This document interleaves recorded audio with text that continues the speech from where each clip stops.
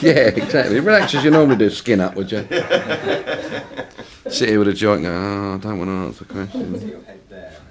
Yeah, sorry, I was just checking. Interview takes 28 hours. What was the question? Should we get any water before we start? Well, no, I don't think we were the ultimate band for groupies. We weren't. Did some of that, you know. You do it for a little while, then you realise, oh, we can do that. Fine, you know. And after sometime in the middle 70s, we decided that, for whatever reason, somebody wants to stay at the gig longer, then you stay for something, and somebody wants to go, and arguments. And so we'd seen that Elvis movie at the time, I think before that, some years before that, and Elvis has left the building. I thought, what a great idea. We come off the back of the stage, because usually after the gig, you don't really want to see the other end, the arse end of it, kind of. You leave in this sort of triumphant thing, and we're out the back door, we're on the bus, and usually in the shower before anyone's left the venue. And so that cuts down a lot of that stuff. However, if you want to do it, it's out there to go and do it. But after a couple of years... You were kind of like 18, 19, when things really started to get... So any healthy 18 or 19-year-old must have been really enjoying that. Did you say healthy or horny? Yeah, as I said, to a degree, but then very quickly for me it was, oh, well, it's just how it is then, it's possible. Because I think then too, the idea that a girl was going to let you do it to, this is magic, you know. And then after a while you think, oh, everybody does that, and there's none of that special really. And so I'll do it with somebody that I really want to do it with, perhaps. We used to come out of Top of the Pops and try to get mobbed, you know. Because if Marmalade or anybody... Because we were the sort of least favourite of all the Marmalade, the Love Affair. Because Amen Corner and the Love Affair were really the two, you know. And of course Peter Frampton was around as well, and he was... girls used to like him. And we sort of came somewhere way down the list, you know. So we tried to get mobbed, you know. We'd run into them rather than they sort of come at us. And in those days, you used to wear all these things with tassels and everything, you know. And you'd get back in the car or on the bus or whatever, and count if you'd lost any tassels, and then broadcast it to everyone. Look, half my tassels are gone, you know. And I actually used to write my own name on the van. I love Rick.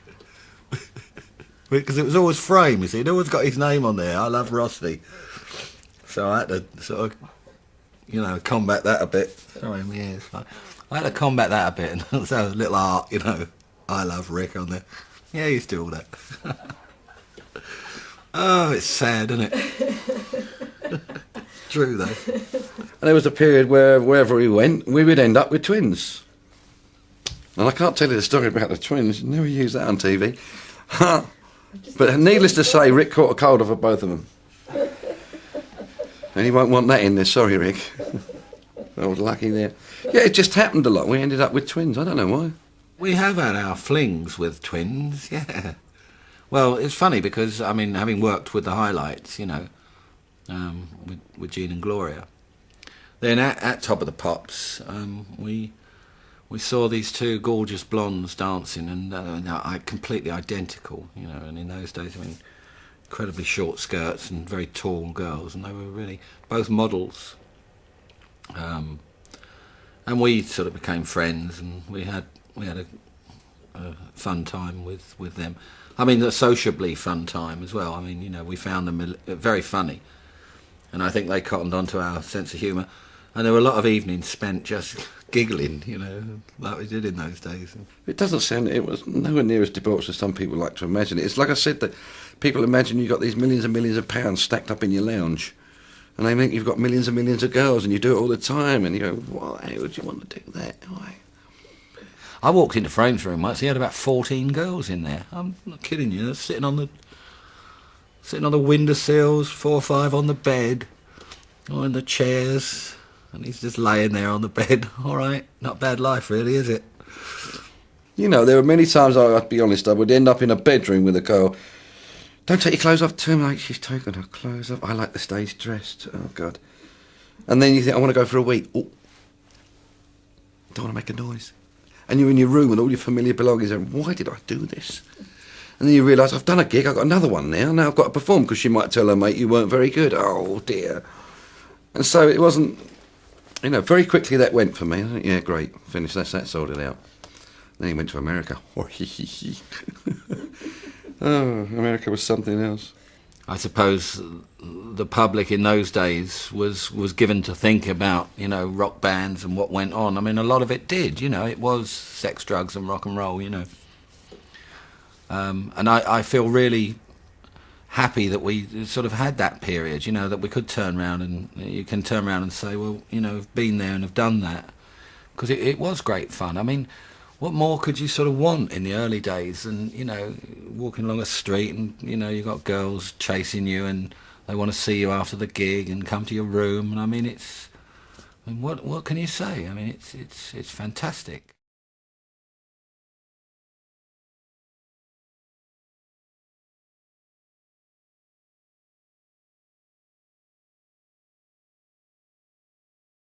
Yeah, the whole thing, we decided it was too poppy, or that was what we'd heard from everybody else, or pop bands, What are they talking about? But you knew from way of it, pop bands.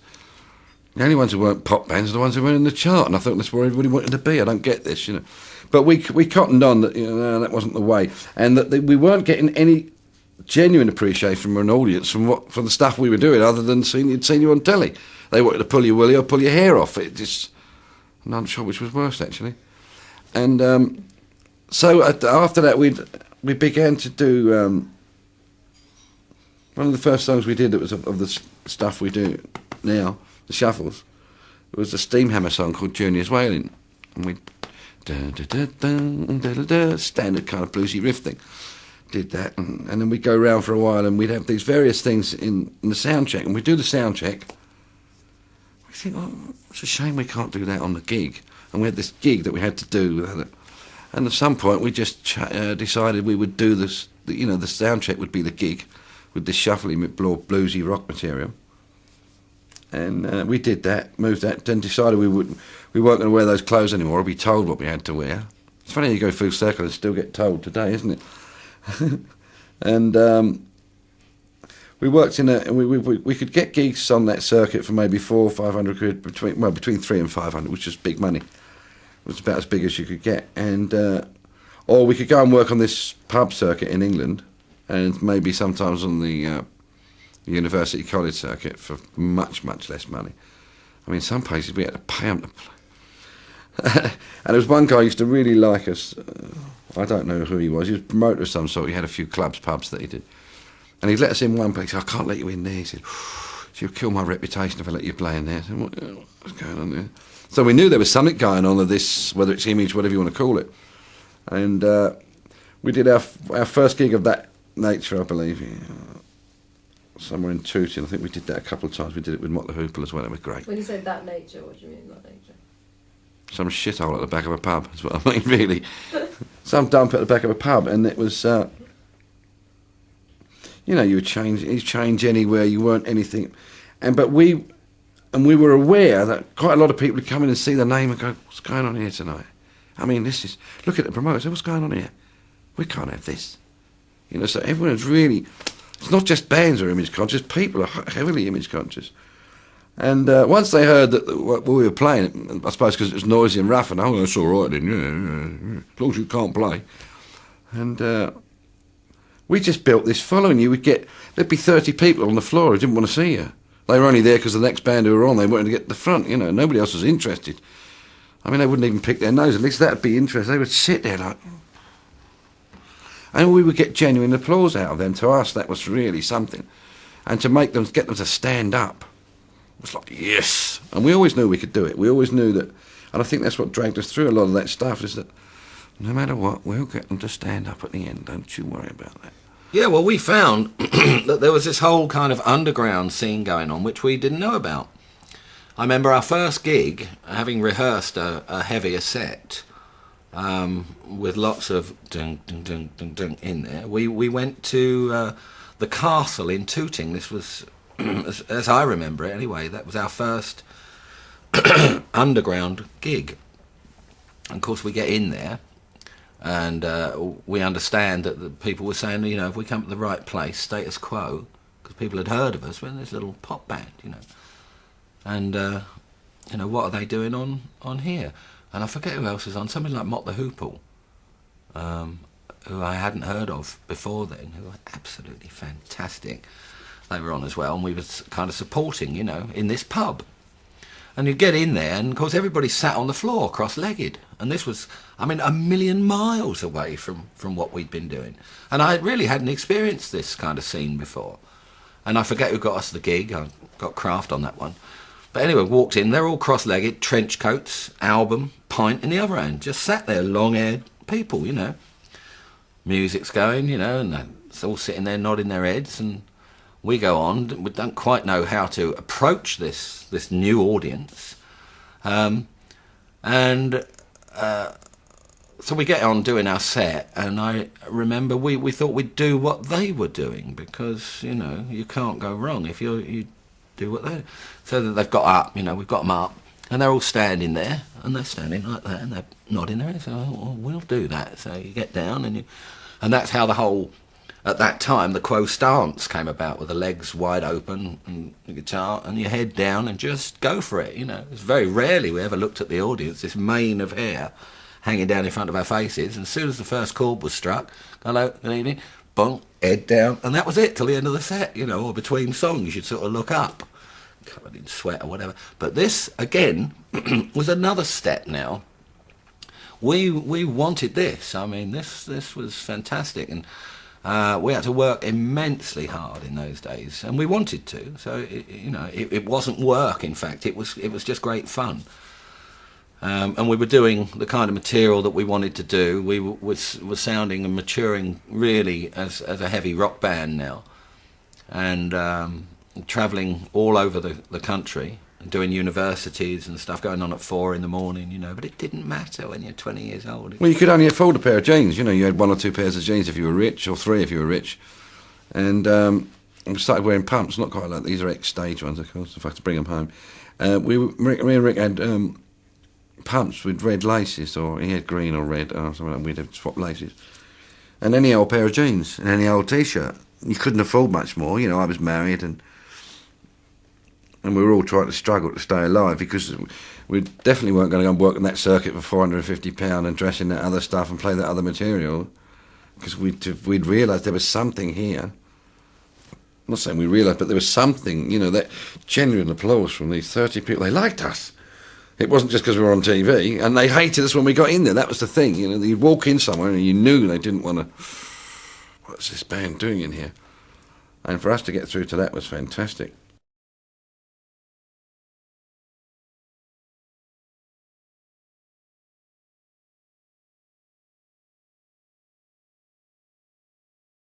We used to come down from the motorway through Hendon, and there used to be a place on the right where we'd get burgers called Mark Kelly's Greasy Spoon, or Mark Kelly's, and we tied that up. We used to call Greasy Spoons Mark Kelly's usually, and when we saw that, we thought, well, that's the album title. And the other one, Dog of Two Head, there was a guy who worked for us called Slug, who's dead now, a lovely guy. I thought he died of probably shortness of breath. And he had these weird things. I think it's where a lot of our nicknames came. He called Reg, instead of Rick, and he called him Reg, and Spud and stuff, and he called me Frame. And all weird things would come out of his mouth, like Chickford and Dogford, and at the time they were wild. And he said Dog of Two Head. He used to keep saying Dog of Two Head. And so we had this British Bulldog drawn up with 2 heads, and a kind of a Status Quo logo on it. Do it in a bit of sepia and stuff, which we thought would be great. And at the time, everybody hated the cover because it was wrong. And now everybody sees the cover, oh, great cover. And yet everyone hated it. Well, I think the Mark Kelly's Greasy Spoon album said a lot, going back to what I was saying to you about the knees being out of the jeans and everything looking dirty and scruffy, unshaven. And the Mark Kelly's Greasy Spoon was which is what it was called, was an album with it was meant to depict a calf, you know, and the top of the sauce bottle was covered in tomato ketchup, and things were all over the shop, and the menu was, of course, the songs on the ingenious stuff, clever stuff. And I think that was designed to let people know, look, this is where we're going now, you know. There was no frills about it at all. There was a woman on the front who was fantastically cast for this picture. I hope she forgives me if she hears this interview, but she's a bit of haggish looking, you know, with a fag hanging out of her mouth, like, what do you want, you know? And it just portrayed what we wanted to be, and that was quite a breaking album. And then What was the sound? quite rough, quite heavy, quite raw. I mean, no recording techniques to talk of. Quite a lot of overspill from the amplifiers, you know, because in those days, I mean, we didn't have recording techniques, obviously, like we have now. We'd gone against all what we thought at the time recording technique. I don't think you could use technique and recording the same phrase at the time. But we'd stopped. There was no double tracking, nothing like that. No, we really we'd almost go in there as under rehearsed as possible, you know. And we didn't want anything. We wanted everything to be as raw as it could. By this time, I mean, we were starting to feel that we could do anything. You know, we could play anything because we were doing ballads and with pretty far out lyrics. You know, they were pretty way out because there was a lot of the old sort of wonga flying about in those days, which we called it. Well, we called it the leads, actually, so nobody would know. If you've got the leads, you know, the leads.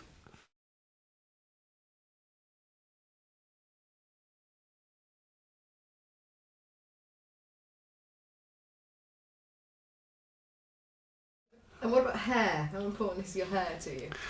Well, very important. I think it's part of the image, and I've been very lucky with my hair. I mean, I've never had a problem kind of losing it, and still don't. It's still thick, and as I say, I think I've been very fortunate. I mean, poor old Frame had a bit of a tough time with his, because I mean, he used to have such a mane of hair. I mean, he was always known as the long-haired one, you know, and I had long hair down to here, and his was longer and dead straight. He had fantastic hair. And of course, when to throw in the heads back, the early thing we used to do, and his mane of hair. And I think it's part of the image of Quo, and it was a shame because Frame really started to struggle because it started to go so thin down the sides here, so he had to eventually put it behind his ears, and then it got a bit thinner, and eventually he had to tie it back. And again, everything happens for a reason. He's become so instantly recognisable now because of his ponytail, because there's not, you know, everybody in rock and roll has got ponytails these days. I had this club, we called it the No Way Toupee Club, which I was the president, and me and Phil Collins were all the members of the No Way Toupee Club. And it was a couple of years ago, I suppose, and we'd gone to that same place where we did this photo session the other day. And I'd spoken to, on the phone, apparently I was pretty depressed. So, I sigh. And so I get to the photo session and I'm looking in the mirror going, oh, Jesus. And I look in the mirror and think, I sometimes let this band down so bad, you know. They all look so good to me, you know. God, gee. So in comes David Walker, the manager. He said, you okay? I'm all right, yeah, why? He said, you were a bit... I said, well, I was the other day, yeah. He said, you'll have that hair done, you feel a lot better. What? Well, no, it doesn't bother me. I've given up now. I'm not...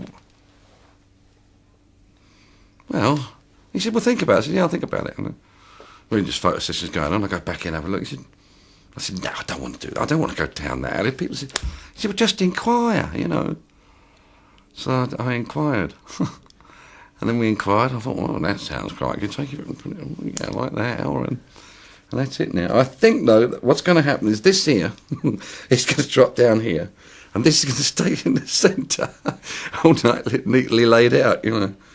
So I'll have to shave it off when I'm older anyway, because it won't work. But no, it's a painless exercise, and it's good. It's, you know, I must admit, it's made me feel a little better. But like with anything, you sort of go, yeah, I've got that now. Whereas, you know, if you can go from, yeah, now that is something else. Whereas it took so many months initially. What happens is they start to grow because they plant them individually. It's microsurgery. They plant them individually, and sometimes they break off, or sometimes they die and then start again. So when you first come back, it's like, hey, this is good. And then they all fall out, and then they're all gone again. And what the? And it didn't start growing the first time until about September. And you can always tell, because I'll be talking, like last week we were working in the studio, I'm chatting away, I'm talking to Rick, and he's going, you can see looking clean above your foot. Yeah, it's growing. Right, thanks, okay. So now I've got more focus on my hair than I had when I was losing it. This is my natural colour. I mean, is there any doubt then that this is... Have a look at the roots, folks. No, I've never dyed my hair. I've never... No grey. No, well, a little bit here now, just in the sideboards. I saw some the other day. But I don't know, it's phenomenal, my hair. I'm 52 now. And, or just approaching 52 anyway. And no real signs of grey. And it hasn't changed colour for years. Funnily enough, it does change colour from winter to summer. In the summer, especially if I go in the sea and then lay in the sun and squirt lemons over my head and stuff like that, it goes really blonde. And that's why I suppose over the years people have accused me of dyeing it, but I never have. I would never touch the colour. I don't need to. It is what it is. For me to suddenly appear, we'd be going bald with so many album covers and pictures and people have of us, and to suddenly appear like, over 2 years, suddenly his hair's grown. What am I going to tell him? Oh, it grew. I put some chicken shit on it. No, I'm sorry, it didn't work, the chicken. So I thought, well, the best thing to do is like me, big mouth. Tell him, what do you think of this? I usually say, in the last few years I've been saying to the crowd at Wembley or on the British tour, particularly when we started, it's really nice to see all the guys are having their hair cut like me, and they laugh. Whereas I said I normally say that this year, I'm not saying it anymore, so they laugh again. But it'd be silly to try and hide it. It's like having tits done, they're saying, not me, they grew. No. Girls can have that done, so I had my hair done.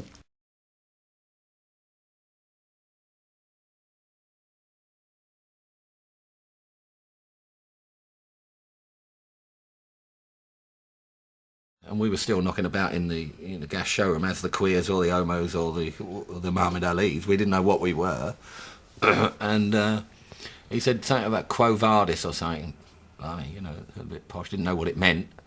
And then it got batted about again and became status quo. And we were just sort of rehearsing.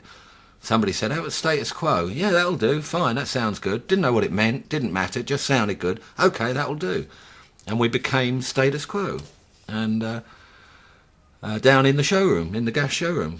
We went in as whatever we were, and we came out as status quo that day. And then, of course, Matchstick Men hit, and... How long did it take you before you knew what status quo meant? I still don't. What does it mean?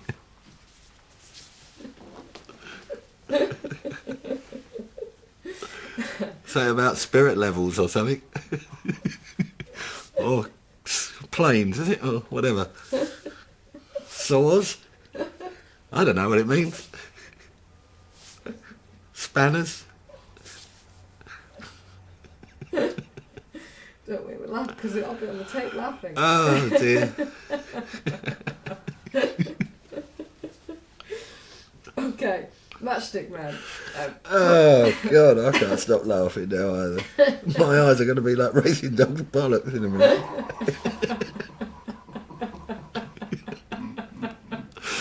Oh dear. Mauve.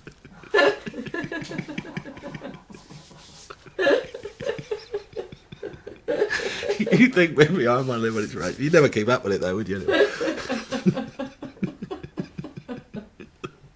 Like the Roadrunner and the Coyote. What's he doing? What's that bloke doing on the track?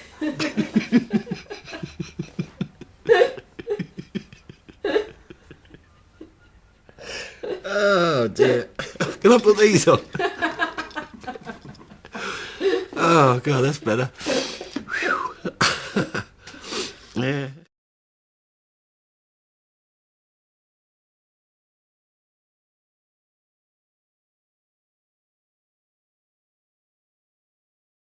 Vienna. Oh shit, yeah. I thought maybe let's hear a couple of what happened.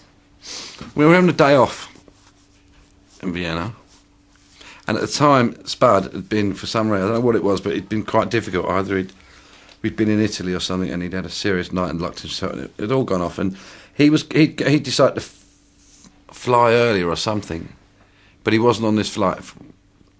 It was myself, Rick, Nuff, and Bob Young was looking after us. We'd not long come back from the States, so we'd gotten into the thing of no boarding passes. Boarding pass, no luggage, you're away. So we made sure we had no hand, nothing with us. We get to the airport, check in, whatever else. It's lovely. You have to imagine the day off feeling you get on the road is it's different.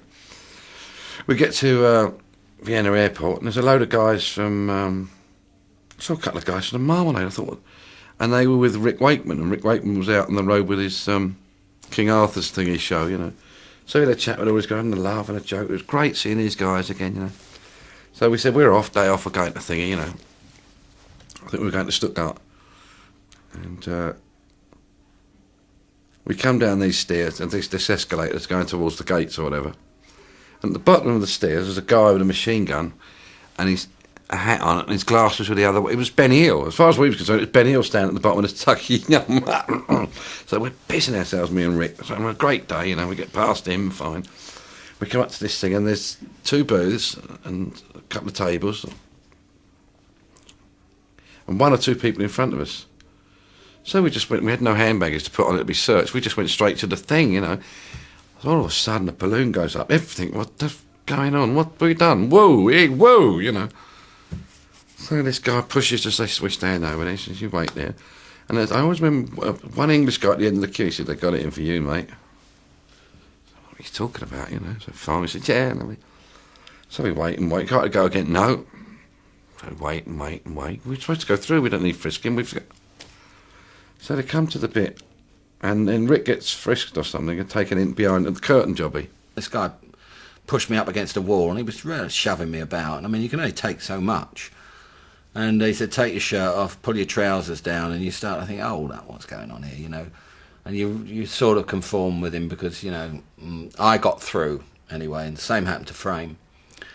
And then I said to Frame, I said, God, I don't do that to Nuff, you know, because there's going to be trouble. And so we hung about, and of course Nuff went in, and you start to see this thing start to shake, this booth, and here it goes, it's all off. And one of the guys goes to grab hold of Nuff. And he went, not that to Nuff, and grabbed him by his lapels. I went, no! Too late. I thought, don't do that to Nuff, you know. And Nuff just went bang, bang, bang, bang. And the other guy came out, Nuff went bang, bang, bang, bang. And they were down on the floor, 2 of them. Next thing we turned around, the bloke Benny Hill stood there with this barrel looking at me and Rick like that. And this barrel, he's about 19. And he can't keep his gun still. I'm thinking, if I move, he's just... So we run back in to try and break it up, right?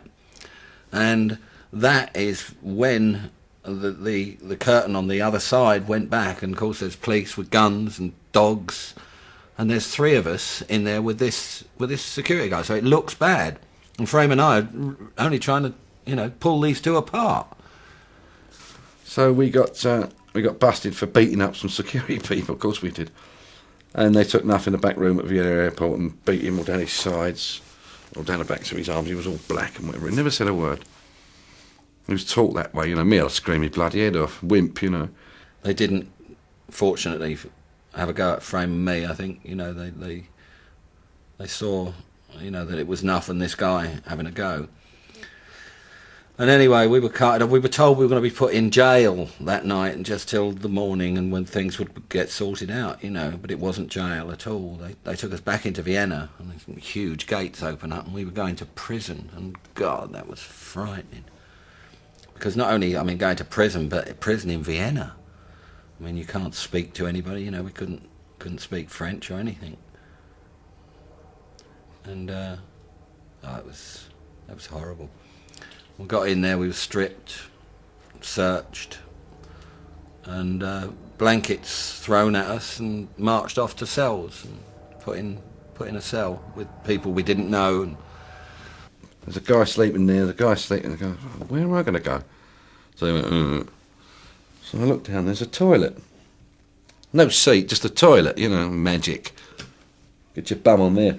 And so I thought, well, I lie down there, you see, with my head on the base of this. Lovely. And whatever, I suppose, whatever had gone on in the day, fell asleep, gone. In the middle of the night, you know, one eye came open, I thought, leg.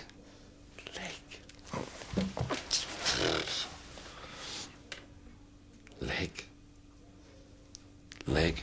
Oh no. I'm sleeping there, there's a bloke in the middle of the night needs a dump. So I'm there. And I can hear all the action above me. I think, oh dear, what is this? You know.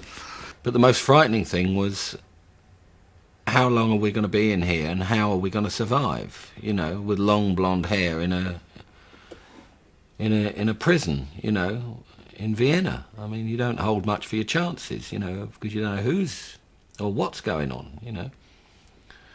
And I remember we went out for a walk. Francis didn't actually get a walk that day, but I was told to go out, and the following day I was told to go out and walk. And you're walking around this, you know, with the guards up there with the guns, and I thought, I've got to be dreaming this, you know. It was like something out of a movie. And of course you've got to watch your arse, you know. I mean, you literally have, because it's there's some dodgy looking characters in there. And I see a long-haired guy, somewhat like Rick, probably younger than us then. He was probably 19, we were probably, I don't know, 25 or something like that, 26. I thought, all right, lovely, you know, I like that, fair enough. And all these guys are dressed in these grey suits, they're obviously in there some time. And there's this little old boy, probably a bit younger than I am now, no, he's probably about 65, you know, he's been there some time, and the young guy's next to him, and there's another guy who looked like Chuck Berry. I thought, well, like you're all right. And there was this other German who wanted to kill me. So I thought, oh my God, so I choose it. They decide where I'm going to sleep, and I put my back up against the bunk, and in comes a load of food, some stuff. And they all sort of grabbed their bits and pieces and throw stuff in the bin. What are they doing? And it looked like a dog had an accident with something, and I'm serious. It was like, I can't eat this shit. So Chuck said, can I give it to Chuck? So I'm big mates with Chuck now. And they're all throwing the bread straight in the bin. They're not even bothering with that. So fine. And this fella's still looking at me to kill me. So I see the blonde guy coming. The door's opening and closing the door. Well, this just looks all right. It's a bit more relaxed, you know. And the young guy, he's sort of, all right. I'm going, yeah, lovely. Shit for brains, I am sometimes. And the older guy was just inside the door. His bunk was here, just inside the door, and I'm over there. And the young guy stood beside the door, and the old guy, I'm thinking, all right, that's lovely. And then they come in and open the door, and suddenly the young guy stands by the door like that, and the old boy goes, I go, oh no. And I've been doing all this all day. Oh no, what have I done? I was in with an armed robber. I forget his name. Franz somebody. And he... for some reason the other guy had gone from the cell, and I now had a bed with this armed robber. And we got chatting, and he was a croupier, and he was teaching me how to play cards and stuff like that. And of course I'm so frightened, you know, because I don't know what's going to happen. And then he hears something on the radio, because the news comes on once an hour on this little speaker. And there's news about us on there. You hear status quo. And I said, what did he say? What did he say? He said, well, you're about to be released. You've got bail. And within the hour, we were out on £3,000 bail. And the only thing each one of us wanted, we went straight to Stuttgart Airport, was ice cream. All three of us had asked for ice cream. We're not particular ice cream fanatics. We just all went, got to have ice cream. And we all went had ice cream, and then went to Stuttgart. And we got to Stuttgart, and there's all these people who got their banners up saying, Austrian cop bashers. We're going, don't do. What do you mean? And so this whole gig was going nuts because they thought we'd beat up some police. We're going, just a minute, this isn't right. When we got out of the main gate, unbelievable feeling of relief, you know. And Reuters were there and just asked us what had happened, you know. And so we explained it, and of course it was in all the papers when we got back, and the reaction was, you know, there were T-shirts already been made up, Quo not guilty, and there was a whole reaction, of course, from the Quo fans to it, and it was nice, actually, you know, the way that they'd reacted to it. The other thing, they get to court, and up until then, I was a Catholic boy.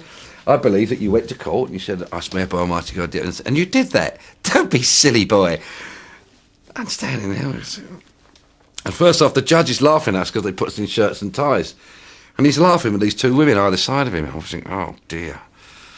So we go through this whole thing, and they said to Anna Lancaster, is there any way possible you could have hit this man more than 2 or 3 times? He said, no way. Well, in fact, he didn't know. He was so fast. He was so fast that they had more marks on him than he said 2 or 3. So we had to have been, we had to have done something to them as far as they were concerned. Well, and yeah, we had to. And one guy gets up. I can hear in Deutsch, he said, "Die Blonde is a still for me," and I. He never kicked. Excuse me. It's like I think I was at Scott Police, sir. He's lying, sir. Oh, blimey. And he's standing there lying through his teeth about the blonde kicking him. I thought, oh my goodness me, we're in trouble here, you know. And he gets up, he says off work for 3 months with terrible headaches because he was kicked so badly in the head. The police doctor gets up and says, no, there's no way possible. So it proved that he was lying, fine. The other guy gets up and says something, and then the judge says, in Deutsch, this seems to differ somewhat from your original statement. He said, I'm very sorry, Your Honour. He said, I've been promoted since then. He said, and it's so big, we're getting into the new office and that, I'm getting very confused. They said, oh, all right. And so we got popped. But they wanted somebody popped, but I'm afraid. At the end of the hearing, we're called in, the three of us, and the guy puts a black cap on, doesn't he? The judge puts a black veil over his head. And we thought, are we going to be shot here or what? And I mean, it was quite obvious that we were going to be put back in prison. This guy had claimed he got a fractured skull, and anyway, he sentenced me and Francis to 3 months each, and Alan to 4 months. And I just couldn't believe it. I mean, 4 months, 3-4 months in that place.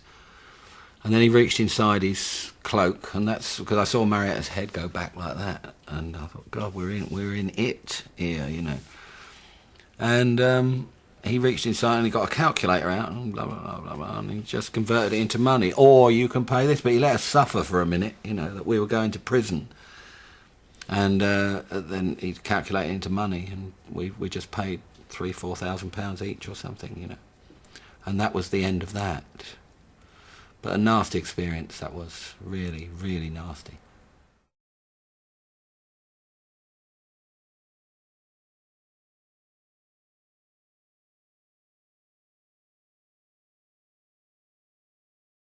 The Brits, oh, that was funny. Yeah, it was Francis's idea, I think, to wear these suits. We'd won the...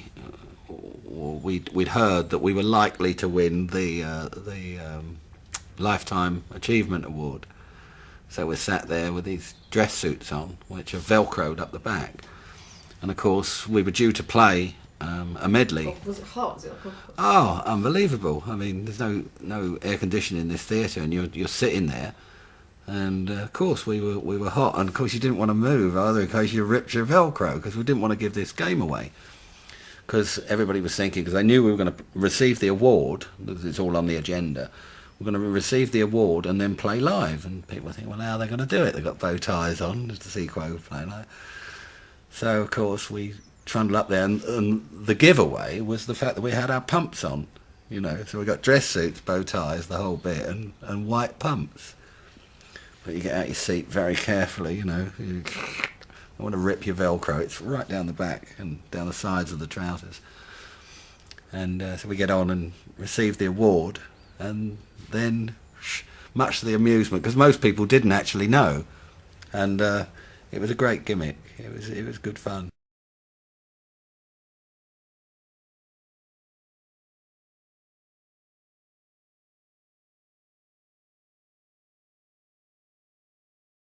What story? About the Spitfires? 2 Spitfires. What, that we never actually took off at all, you mean? Yeah, and they landed over the horizon. Oh, that was deep joy. Wasn't it an insurance or something? They couldn't cover the... that's what it was. It was insurance. 2 Spitfires went over, and of course we weren't in them. So it wasn't until they landed that we sneak out of the bushes, climb on board. So they taxi in. It looks to everybody, so we've come in these Spitfires. Well, it was very well done. The Rock to New Drop idea itself was very good, to play 4 shows in a day and see if you could do it. That was David. He came to say to me and Rick, do you think you could play 4 shows in a day? Just like, yeah, I think we could. Right, you will then. Why did we say that? It's just so much better than, like, let's say, putting a poster on a wall, for instance, and say it's Quo's new album. You know, we were going to go for something that, you know, that the press could get their teeth into, and also, you know, do the Guinness Book of Records, because nobody had tried this before. And I hasten to add, never again. Oh, God, that was hard. 4 sets of equipment. God, I forget how many guitars they had to make a load of extra guitars for us to play and stuff like that. And we went round and did it. I think after the first 2, I thought, this is easy. Then we finished Birmingham, and I thought, oh, God, I'm not going to make the next one. The 4th gig at Wembley, I mean, Frame can't sing. I mean, we're all battered and bruised from head to foot. And wouldn't want to do that again. But it was good fun, like everything else. It was good fun at the time, you know, but not again. That was hype. It's taken us many, many years to build up the team, from the road crew to the PR to the management to the wardrobe lady, everybody, you know, and we've got just a magnificent team. You know, so many people say that, oh, they've got a great crew. You know, whether it's, I keep thinking of Whitney. I saw her recently talking about something. We've got a lovely crew. I thank our crew. I thought, wait a minute. And we've said that. Rick and I have been saying about our crew for some time. However, our crew have been with us for 12 years. Most of these people are talking about some crew they picked up for this tour because they came out this year. When we talk about our crew, they're people that have been with us for 10 or 12 years, and they are the best. Thank you.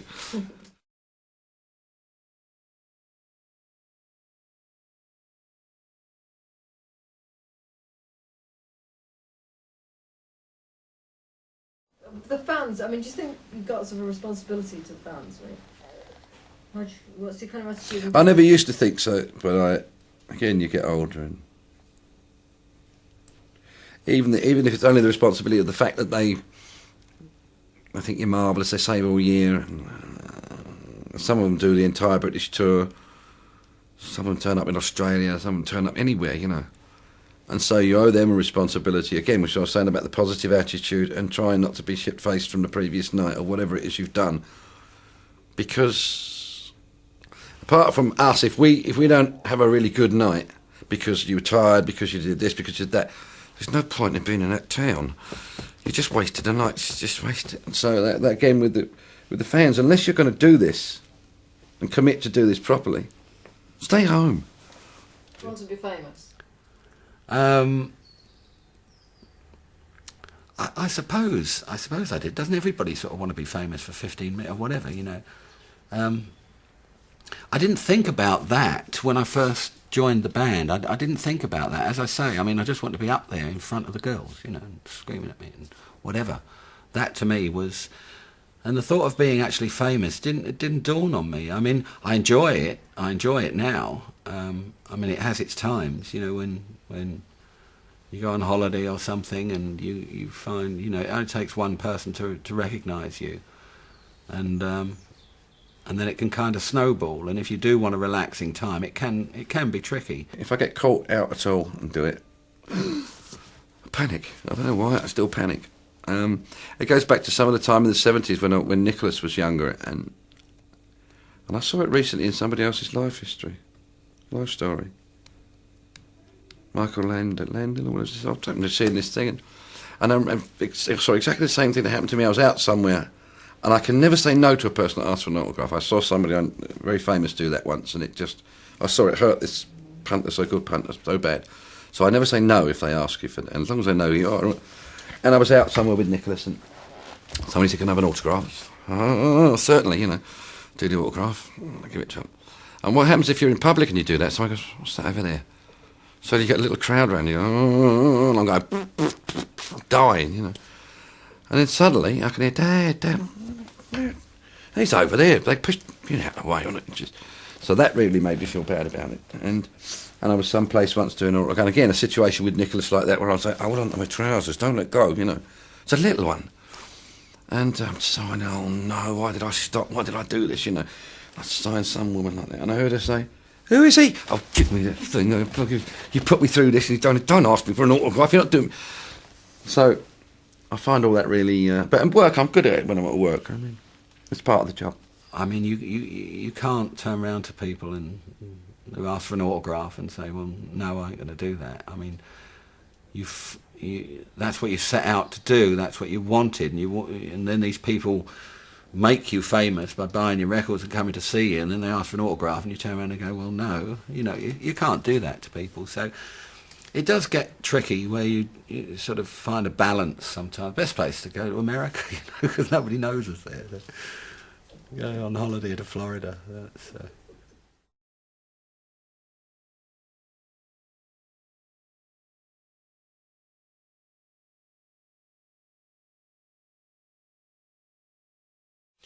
John was unpredictable, always was, right from the first time that I knew him, when I met him down in Butlins. I mean, he always kind of had this black look on his face, you know. He could give you really, he could make you feel very uncomfortable. Because sometimes he wanted to speak and other times he didn't. Invariably he wanted to speak when he'd had a drink, and for the most part of the other time he didn't. He was kind of a loner, really. He never got involved really in the humour of the band. He never quite saw that. But he used to be a beer drinker and liked his beer. He used to take it on stage, and I think it kind of unbalanced him, you know. But he was an oddball from the off, really. John was different, you know, like a lot of drummers tend to be. You know, I don't know what it is, something about wanting to take the aggression out, hitting these skins, or whether it was the rest of us were smoking dope, and he couldn't do that because he was never a smoker anyway. Maybe that might have made him feel isolated or something. I don't know, but something went awry somewhere, and for me, sorry Spud, became kind of unpleasant. It wasn't nice to be with necessarily. Yeah, he'd lose his temper and he wouldn't remember it. I mean, he used to smash hotels up. He used to wreck his room, and he'd slash the sofas. There was one time he slashed all the sofas in the reception of a hotel, and he had no idea that he'd done it. He'd come down in the morning, you know, look at that, how can people, you know, and he'd done it. It was funny because in the old days there were these, you know, these pop magazines. I shouldn't have said that word. But there was these young magazines for the young kids, blah, blah, and there were always these, you know, likes and dislikes. I used to hate that shit. And I asked him pet hates and pet likes, and his pet hates were gigging, rehearsing and recording. I'm thinking, we don't do much else, do we? What else do we do? And that was what he hated most of all. I think the humour was all too much for him, you know, because he couldn't understand what was going on, and people were giggling and laughing their heads off because they'd all had a full-strength capstan, you know. And John didn't really involve himself in that, and fair enough, you know, he'd just get drunk and fall over and be nasty to everybody, and walk across tables in restaurants when we were out with the record company, you know. He'd pork the Jeremy about something. Pork the Jeremy, pork chop, cop the Jeremy beadle needle, right? So pork the Jeremy, it's cop the needle, right? So he'd pork about something, and he'd just get up and just walk the length of the table. If he couldn't get out, you know, he'd just walk and smash everything up and walk out. Pick fruit up and throw it back at you. And a lovely chap he was. No, he did that a few times. Walked across the table, you mean? He'd do that many times. He would for some reason, get annoyed. Something would snap. And he would just get up and walk right across the table, putting his feet in everyone's plates. And I never understood it. I don't know what happened. And I mean, he was a good drummer when he wanted to be. I mean, he was really heavy. I mean, he was a real good drummer when he wanted to be. And then the crunch came when we were recording an album in Montreux in Switzerland, and Francis and I had gone out a couple of days early, and Frame in those days used to do his kit for him and set it up, and not set it up but tune it for him in conjunction with the engineer, you know, bring that one up a bit and bring that one up a bit. So we'd meticulously spent time setting the kit up, and he arrived, and on the first day he arrived, he got on the kit and he said, I don't fucking like that, and he just kicked the whole thing apart. So we said to him, that's your lot, pal. He kicked another drum kit all over the studio, and he said, oh, he better go. He walked out once or twice. I think, as I said, I think it's probably something as simple as diet with him, getting his bee things right, because he would really freak and didn't know what it was, and then he'd cry and he'd get really upset, and he'd gotten so far we couldn't reach him. He couldn't know where couldn't get to him for some reason. He seemed very unhappy, and I don't know if that was our fault or not, or what, you know. Well, Alan was great fun. I mean, he was a real laugh, and he was one of us, you know. He was one of the boys, and he was very funny. He used to have us in hysterics a lot of the time. But like anybody does, I mean, like all of us, we all have a different side to us. And I used to really like Alan, but he did have this side where he was tough. I mean, he's a tough guy, Alan. He's not afraid of anybody. He'll have a go at anyone. And unfortunately, he did. And he started to take on a little bit of bully boy tactics and stuff, you know. And Oh, and when did those sort of tensions first emerge and kind of why? Well, I think they'd been there over the years, on and off, you know. But I mean, you're gonna get that in a band with 4 or 5 people in such close proximity. You're gonna get that, especially when you're young and you're easily influenced, and you're doing this or you're doing that. You know, you're drinking or you're smoking or you're doing the old French marching powder, whatever. It's, you know, it's gonna get a bit tricky. He saw things more heavy and more heavy metal, hard rocky. You know, he didn't like things like Margarita, and I see, as I said earlier, the thing to me with Status Quo was the raunchy thing with a nice melody. And so, but I have no problem with In the Army or Margarita or other things that are not so hairy, chest hair stuff, you know. I've got loads of it, I don't need to sort of demonstrate it musically. It was quite good, wasn't it? I'm going to quote myself on that. Yeah, as I said, I've got nothing. I never did have anything really against Alan Lancaster. It got difficult to work together again because of those things. But we could have some great times together. Me, him and Rick would have fantastic times together. But it drifted, what can I say? And there have been things said since then it's found very difficult to come back from. We were shooting the video for Rocking All Over the World, and said to Nuff, I mean, he'd fallen in love with a very gorgeous girl, you know, and got married and is still happily married. And we said, we've got to shoot the video for Rocking, you know. And he said, well, I can't come over next week. I said, well, you've got to, because we've got to do this video. You know, the record company want it out. You know, we've got to go on it. And he said, well, I can't be there, and don't you dare shoot it without me. And I said, well, look, what can we do? We've got to do it. He sent his clothes over. We dressed this puppet up as him, and Colin Johnson worked it from the roof. And so I found the strangest things that we were doing in takes, you know, doing again, and I'd go over naturally and work to him where he was, and oh shit, it's a dummy. I forgot. I actually forgot. You know, went into auto. Did it? Oh, it's a dummy. Oh Jesus, I better go over here. So we went ahead and did it, and that's the story behind the puppet. But there was a lot of anger behind that, you know, and although it comes across quite well and quite funny, I mean, there's the story behind it, and of course that furthered the road to the end. Him and Francis weren't seeing eye to eye at all, and the band was basically going down the drain after all this success and all this work, and you know, everybody loving it. All of a sudden the vibes were going wrong. And I suppose you could put this down to, you know, the amount of time we spent with one another, and I suppose the drugs, and, you know, everything was starting to take its toll, and we were about to learn our first real lesson. This wasn't just a joyride, you know, this wasn't as easy as people make out, oh, you have a fantastic life, which we do, but the mental tension of being 5 people together all the while, day and night, and then on stage. And it got to the point where we couldn't look at one another anymore. On stage, all this wonderful vibe and this standing together and the swing of the guitars and everything that we've described suddenly wasn't there. The magic, the fairy dust had gone. That was the worst period. It was horrible. I didn't want to work anymore. You know, the whole attitude of the band seemed to have changed. We weren't necessarily getting on too well. Perhaps the coke was creeping in. Obviously money and success had really gotten, you know, it was still successful, blimey, you know. Perhaps that had gone to our heads. It just got real ugly, and as I said, he wanted to do things much heavier than that, and I wanted to do things more melodic or softer, whatever you want to call it.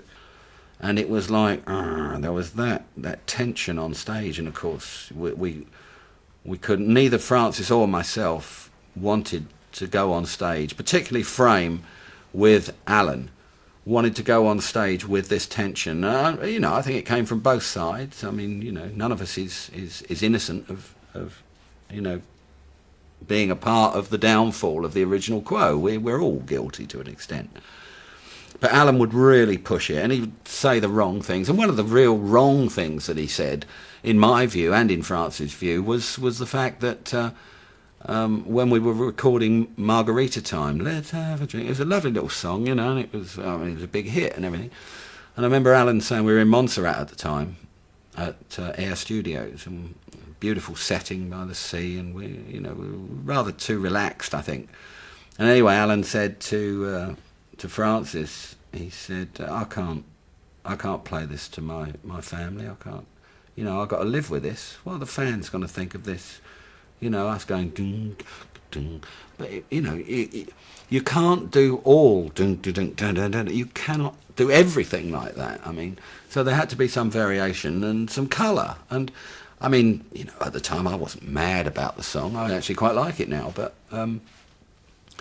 I was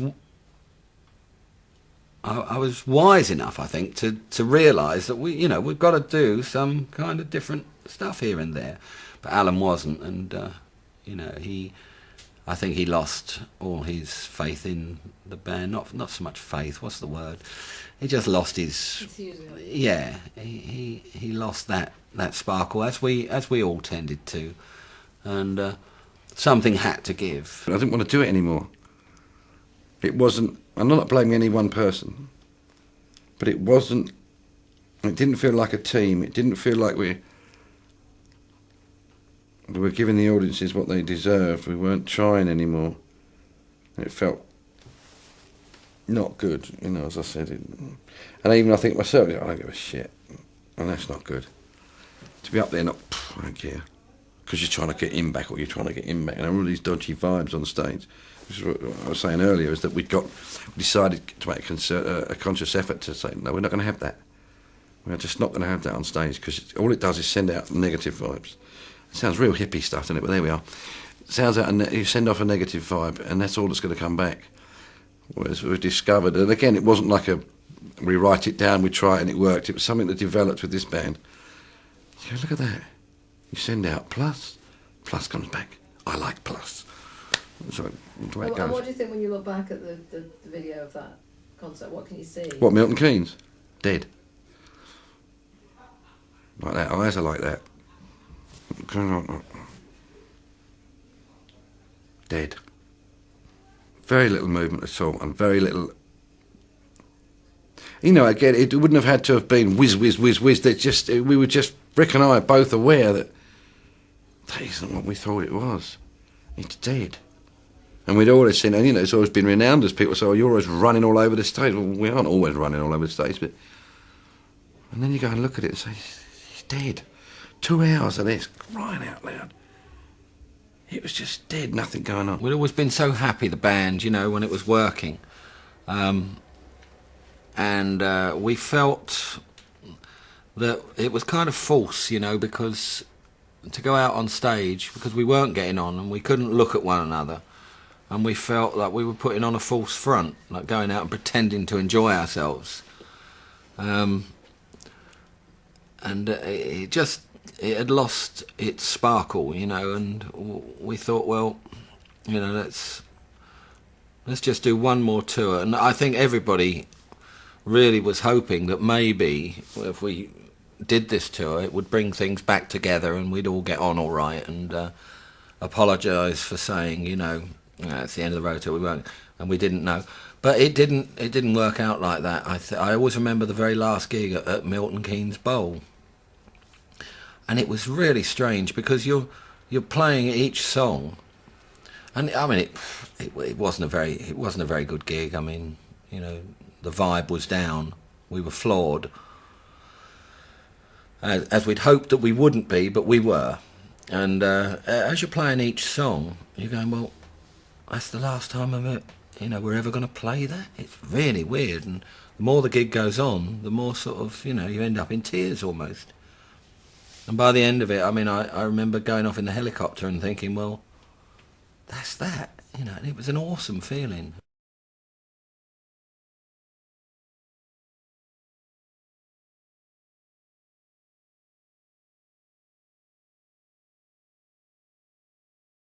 What about all that whispering to Rick or talking to Rick on stage? What are you saying to each other?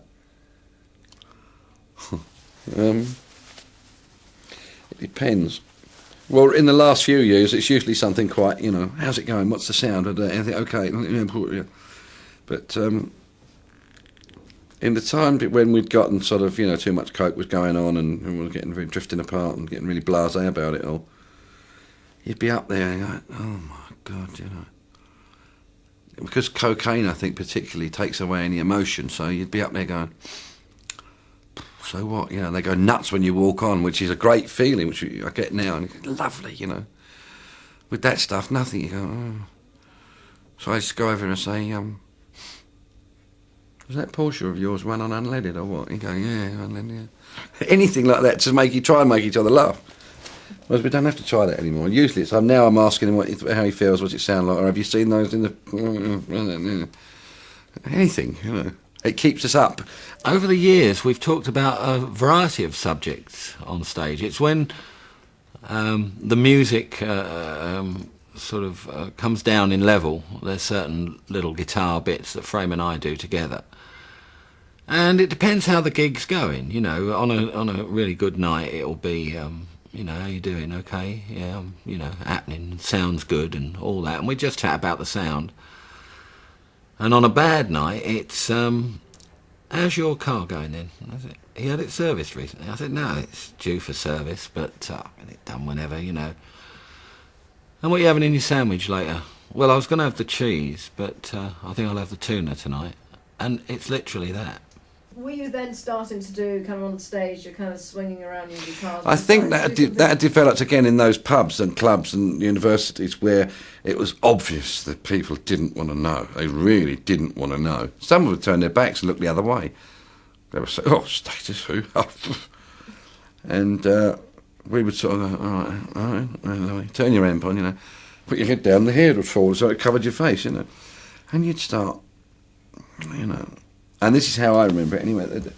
Rick and I would obviously always be close together, you know, we're bloody joined at the hip, really. And it'd start that. And if you feel, sod them, you know, it's just good, isn't it? And we started, and before long they would, I think it wasn't a thing like, said, yes, that's what we'll do. It's just, you know, the room's come alive, isn't it? You know, and we're all, and if it didn't, sod them, this is great. Which is people still don't understand with us. We think it's great, we love it. Once you get going, this is good, you know.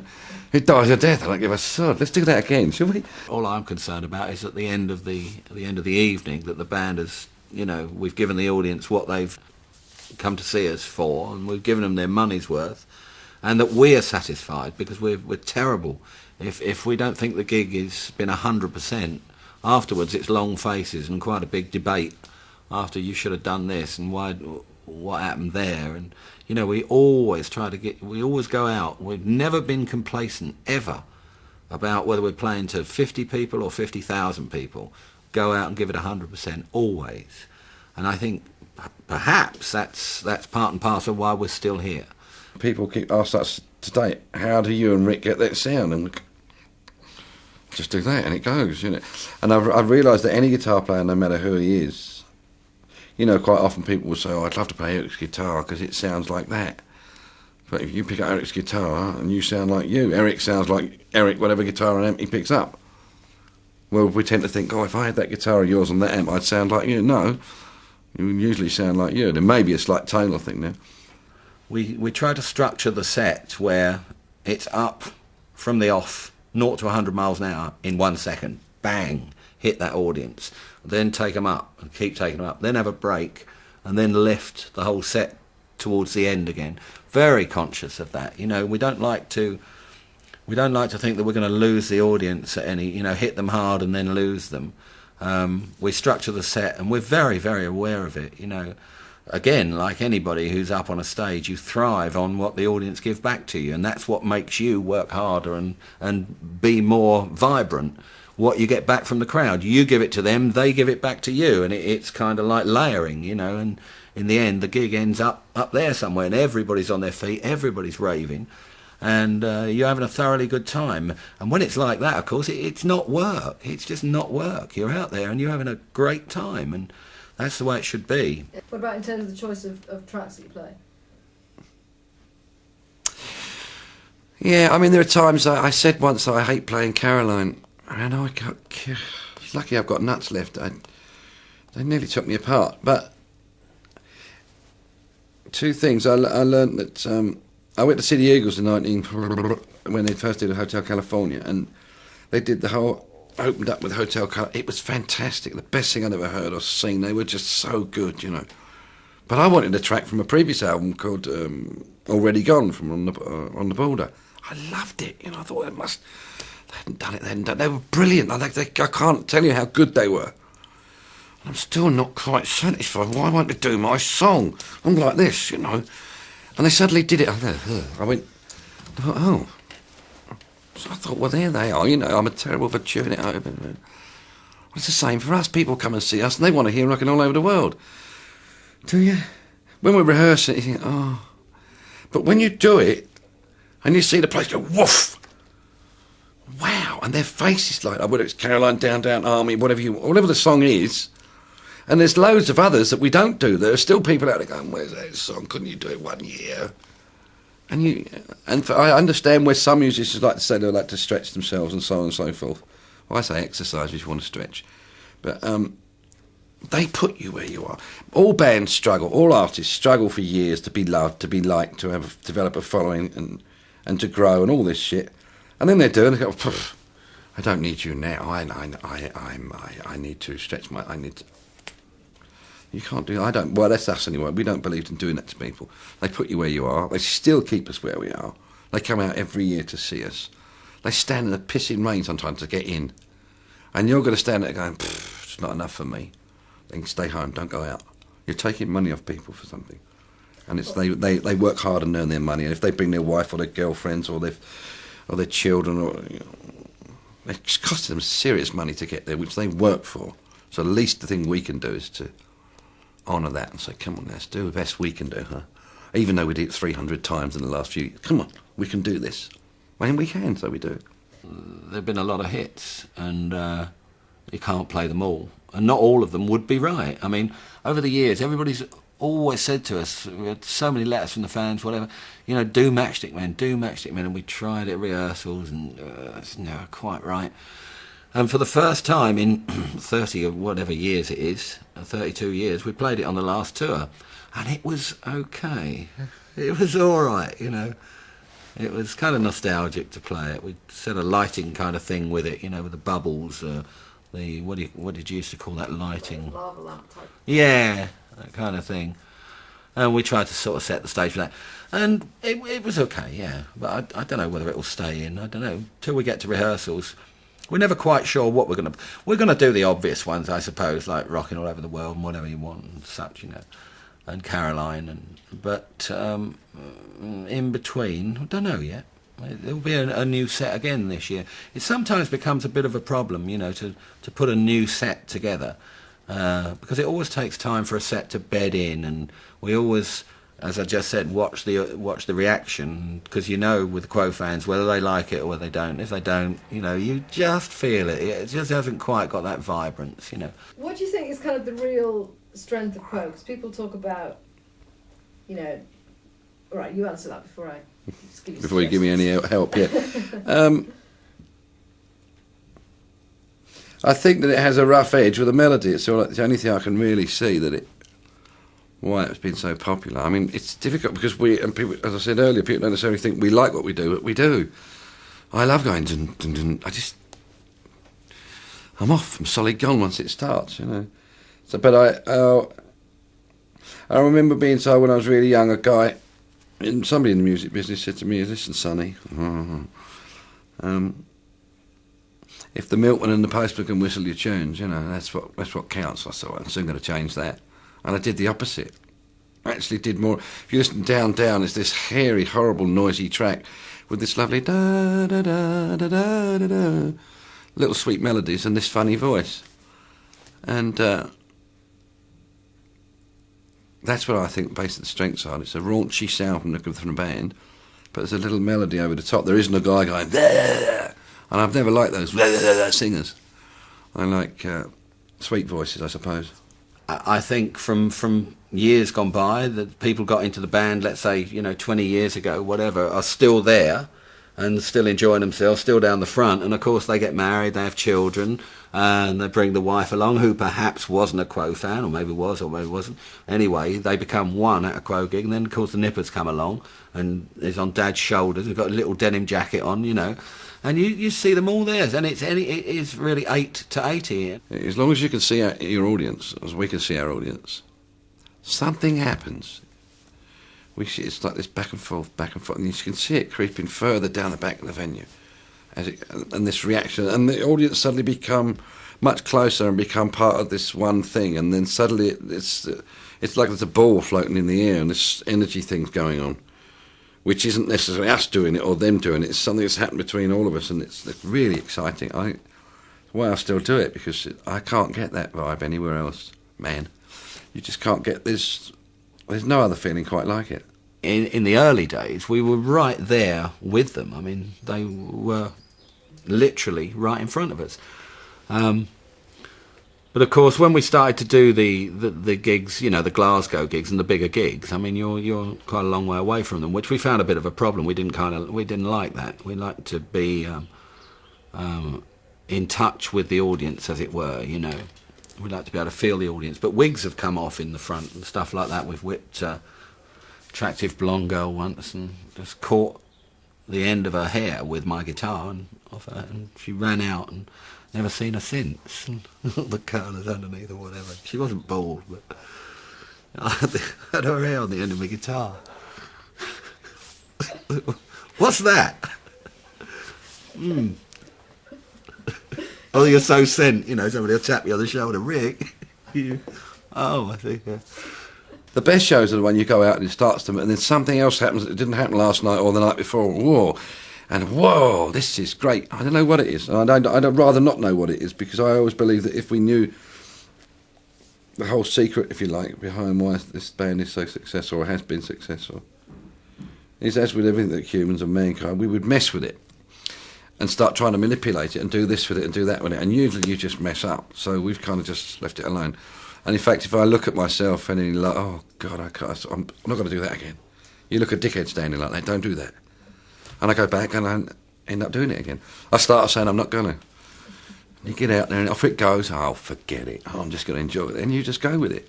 And I think that's what rock and roll music should be about. It's entertainment. It's to lift you, not to sit there and tell everybody your life is terrible, you don't get paid enough, the insurance are ripping the shit out of you, the government sucks. They know all that. We're in the entertainment business, all of us.